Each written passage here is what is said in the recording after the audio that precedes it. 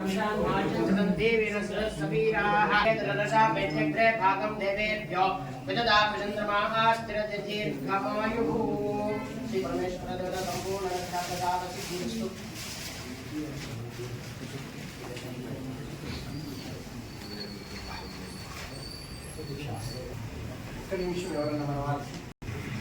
అందరికీ నమస్కారం. స్వామీజీ అందరికీ సుపరిచితులే.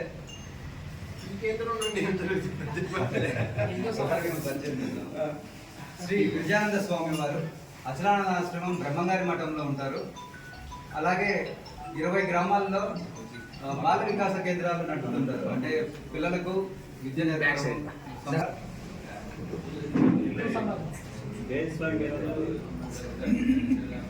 ఈ కేంద్రం నుండి రేపు ఏ కార్యక్రమం జరగబోతుంది, దేనికోసం మనమంతా ఇక్కడ కూర్చున్నాం అంటే అందరికీ అర్థమయ్యే విధంగా ఒక్క నిమిషం ఎవరైనా హిందూ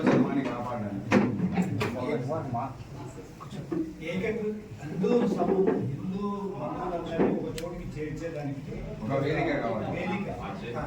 ఒక వేదిక ఉండాలి కదా.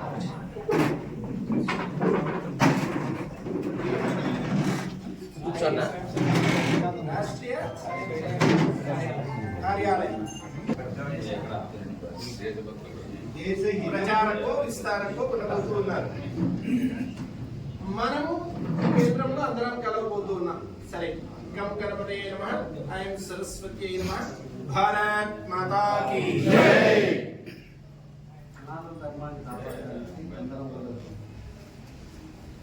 ఏదైతే మనం జయకారం చేశామో భారత్ మాతా కీ జై అని, ఆ అమ్మ సేవ చేయటం కోసము మనం అందరము కూడా ఇక్కడ ఉన్నాం. అనేటువంటి ఒక వస్త్ర వ్యాపారి ఈ మధ్య ఒక వారం రోజుల క్రితమే జరిగినటువంటి శివచరణ్ గుప్తా అనేటువంటి ఒక వస్త్ర వ్యాపారి ముగ్గురు ముంబైలో వస్త్ర వ్యాపారం చేశాడు. తర్వాత ఈ మధ్య కాలంలో సోనిపట్ అనేటువంటి ప్రాంతంలో, హర్యానా సోనిపట్ లో వృద్ధాశ్రమంలో మరణించాడు. ఆయనకి ముగ్గురు కుమార్తెలు ఉన్నారు.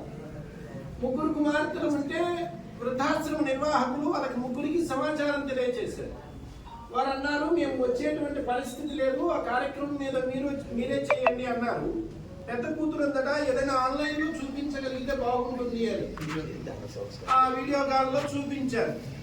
చూపిస్తూ మధ్యలో ఒక మాట మాట్లాడిందట, త్వరగా అయిపోతే మేము ఫోన్ చేస్తాము అనేటువంటి మాట. త్వరగా అయిపోతే మేము ఫోన్ చేస్తాము అనేటువంటి మాట మాట్లాడింది. సరే, కార్యక్రమం అంతా అయిపోయిన తర్వాత మిగతా వాళ్ళకంటే ఆమె చాలా గొప్పగా ఉన్నట్లే లెక్క. మిగతా వాళ్ళు చూడటం అనేటువంటిది కూడా లేదు, ఆలస్యం అనేటువంటిది అవకాశమే లేదు. ఈ కార్యక్రమం అయిపోయిన తర్వాత ఆవిడ 5,100 రూపాయలు తమ తండ్రి అంత్యక్రియల కోసం పంపించింది. నిర్వాహకులు వెనక్కి పంపించారు. నీ తండ్రిని నువ్వు చూడవలసిన దానివి, 5,100 రూపాయలు దేనికి పనికి వస్తాయంటే వాళ్ళు ఏమి చిన్న స్థాయిలో లేరు, మంచి స్థాయిలోనే ఉన్నారు, పెట్టగలిగిన స్థాయిలోనే ఉన్నారు, కనీసం తండ్రిని చూడలేకపోయారు. ఇటువంటి సంఘటనలన్నీ మనం రోజుకి కొన్ని వందలు చూస్తూ ఉన్నాం. నిన్నటి రోజున ప్రియాంక అనేటువంటి ఒక డాక్టర్ని కారుతో తొక్కించుకొని వెళ్ళినటువంటి సంఘటన మనం చూసాం. సమాజంలో ఇవన్నీ చూస్తున్నాం. డాక్టర్జీకి ఇటువంటి ఆలోచనే వచ్చింది, భారతదేశానికి స్వతంత్రం రావాల్సిందే. మరి స్వతంత్రం ఎక్కడ పోయింది, ఎలా పోయింది? మైదుపూర్లో ఓ వ్యక్తి స్కూల్కి వెళ్ళి వాళ్ళ అబ్బాయి పెన్సిల్ వాళ్ళ పోగొట్టుకుంటే టీచర్ని అడిగాడు, మా అబ్బాయి పెన్సిల్ ఎలా పోగొట్టుకున్నాడు అని. ఆయనేమో కోటీశ్వరుడు, రోజుకు 100 పెన్సిల్ కొనివ్వగలరు. కానీ అప్పుడు 2 రూపాయలు 3 రూపాయలు విలువ చేసే పెన్సిల్ ఎలా పోగొట్టుకున్నామని అడగడం ఏంటి? ఇవ్వరండి, ఎలా పోగొట్టుకున్నాను నేను ఎలా చెప్తున్నాను. ఇది మొదటిసారి కాదు, అనేక సార్లు ఇది జరిగింది, అనేక దఫాలు జరిగినటువంటి సంఘటన. నేను పెన్సిల్ కొనివ్వగలను, ఇక్కడ ఉన్న పిల్లలందరూ కూడా నేను కొనివ్వగలను. నేను వాడికి కొనిస్తాను, నిలబెట్టుకోవడం వాడికి చేత కాకపోతే కొనిచ్చే అవకాశం అంటే ఆ సమయం, ఇప్పుడు ఎగ్జామ్ సమయం ఉంది, పరీక్ష రాసేటప్పుడు పోగొట్టుకున్నాడు అనుకోండి, నేను రావాలి కొనివ్వాలి, ఈ 3 గంటల లోపల సాధ్యమవుతుందా? నేను అందుబాటులో ఉంటానా?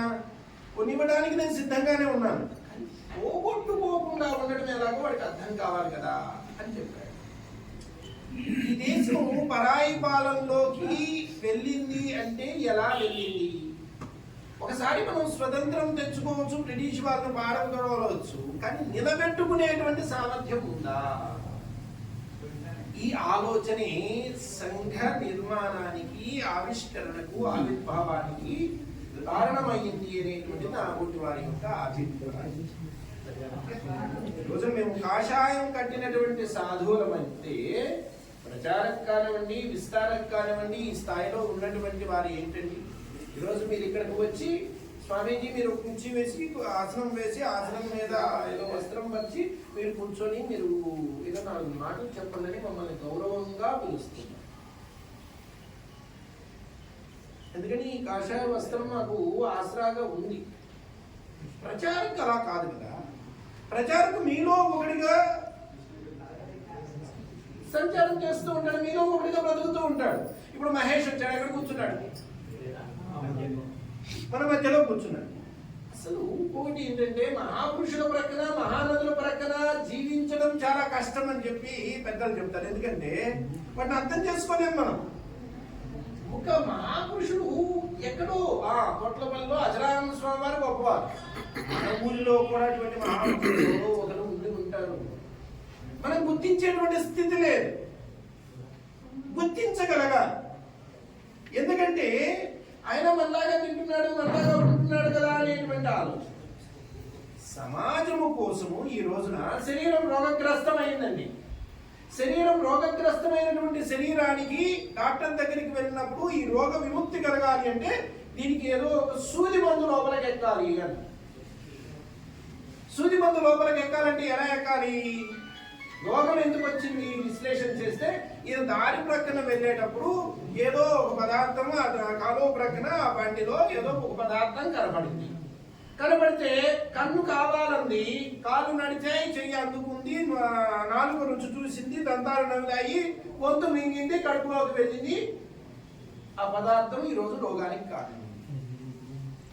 ఇప్పుడు డాక్టర్ దగ్గరికి వెళ్తే ఏమంటున్నాడు? సూది మందు ఎక్కించాలి అని.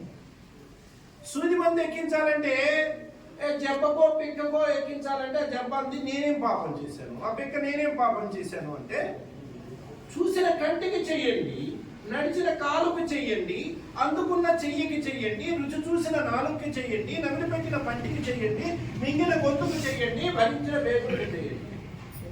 జబ్బా పిక్క ఏం చేశాయి? ఏమి చేయలా. కానీ ఈ కన్ను, కాలు, ముక్కు, చెయ్యి వెరసి ఈ శరీరం ఉంటేనే జబ్బైనా బెక్కైనా సజీవంగా ఉంటాయి. వాటిని చూసిన కంటికి ఈ నొప్పిని భరించేటువంటి శక్తి లేదు. ఈ ఇంజెక్షన్ ని శరీరానికి అందించేటువంటి సామర్థ్యం లేదు. ఈ నొప్పిని ఓర్చుకొని నిలబడి శరీరాన్ని రోగ విముక్తి చేయగలిగినటువంటి శక్తి జబ్బకి పెక్కకి మాత్రమే ఉంది. ఈ రోజు మనమంతా కూడా ఈ జబ్బల్లాగా పెక్కల్లాగా ఆ నొప్పిని ఓర్చుకొని ఈ దేశం అనేటువంటి దేహాన్ని రోగ విముక్తం చేయడానికి మనం సిద్ధమయ్యామా?